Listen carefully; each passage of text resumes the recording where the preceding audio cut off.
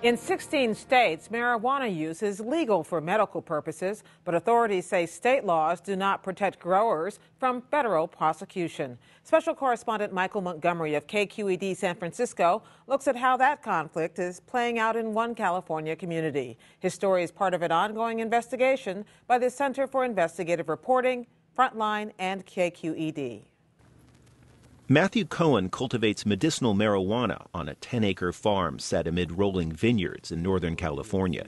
And for the past year, he's been operating legally, at least in the eyes of local law enforcement. His marijuana plants are protected by these tags. It says Mendocino County Sheriff on it. It's upside down, though. This program is unique in California and has allowed Cohen's nonprofit cooperative to expand around the state.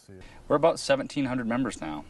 A county ordinance allows Cohen to legally grow up to 99 plants, provided he submits to inspections by sheriff's deputies and complies with state law. It's enough marijuana to keep his co-op members supplied for many months.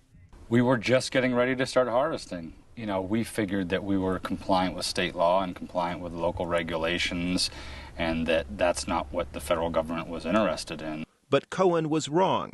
On October 13th, heavily armed federal agents stormed his compound. Our dog started barking, and then I looked out the window and saw 4 or 5, federal agent vehicles. You could tell with the blacked out windows and the blacked out rims come cruising in here. Everybody hopped out of the car very quickly. I told my wife we're being raided. They said, "Open up, federal agents, we have a warrant." And I said, "I'm opening the door right now." And I opened the door to, they had the battering ram ready to go through the door. And they grabbed me, slammed me up against the wall here, cuffed me. As the agents searched other buildings on the property, Cohen's state-of-the-art security system recorded their moves. There's a machine gun right there. Under the Controlled Substances Act, marijuana remains illegal in the eyes of the federal government, and drug agents are stepping up raids across the state to curtail California's pot industry. Here you can see what they tore through all our camping stuff, and this is recycling that they went through. And before the agents discovered most of Cohen's surveillance gear, cameras caught them searching through his business files. Meticulous record keeping is required by county law. But there's a twist. The same documents that allow Cohen to operate legally in Mendocino can be used against him as evidence in a federal criminal prosecution. It was only after the DEA raid was underway that Sheriff Tom Allman learned that one of the farmers in his inspection program was the target. That afternoon, after I assumed that everything had cleared, I called Matt Cohen. I asked him how he was treated, and he said he was treated fair. He said he wasn't arrested, and said that they cut down marijuana plants, 99, and I believe that's what their records show also. I assured him that, in my opinion, as far as local and state laws were concerned, he was abiding by those laws. Days before the raid on Cohen's farm, California's 4 U.S. attorneys announced a major offensive against the state's marijuana industry. One of the reasons we are making these announcements today is to try to put to rest the notion that large marijuana businesses can shelter themselves under state law and operate without fear of federal enforcement. Targets also include property owners who lease land to growers and distributors. Even newspapers and magazines that carry ads for medical marijuana are under scrutiny. The folks who say that they're out there and here I am and I dare you, they make themselves prime targets by their audacity and by the size of their operation.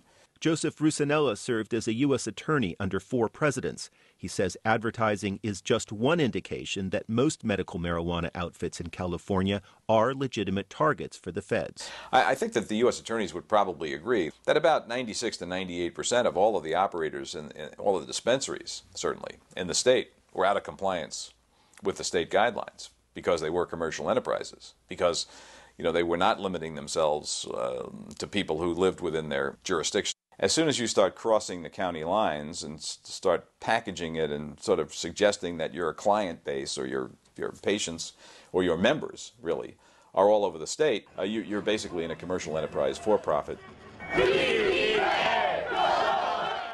The crackdown triggered protests and a lawsuit from medical marijuana supporters. They accused the Obama administration of backtracking on what they say were earlier promises to leave states alone when it comes to medical marijuana. In Mendocino County, officials worry that the raid on Matt Cohen's farm undercuts their effort to strictly regulate marijuana growing. People are really wondering what is behind this, what happens next, am I personally at risk? We had an individual who was doing everything they could possibly do to be as legal as they could with local and state law, adhering strictly to the letter of the law all the way down the line. So if the federal authorities are going to raid him, then no one is safe. County Commissioner John McCowan didn't start out as a medical marijuana advocate. In fact, he supported bans on outdoor growing. But he says the county's modest permitting program has helped bring order out of chaos.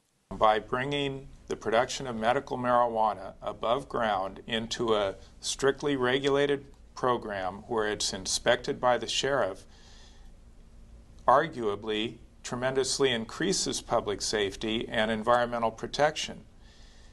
The raid, if it has the impact of driving people out of the program and back underground, will have the opposite effect. Well, here's what's left.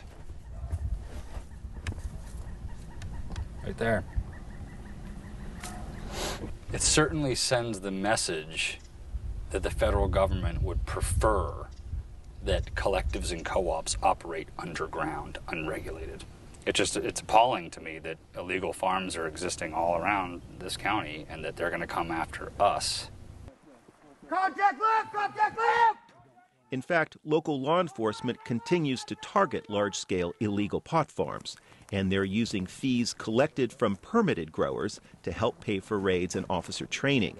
Justice Department officials declined to comment on Mendocino's ordinance, and while the feds have yet to directly challenge the program in court, the recent raids leave the Sheriff's Department squeezed between local and federal law. If the Mendocino County ordinance is in violation of federal law, I want to be told that by the highest court in the land.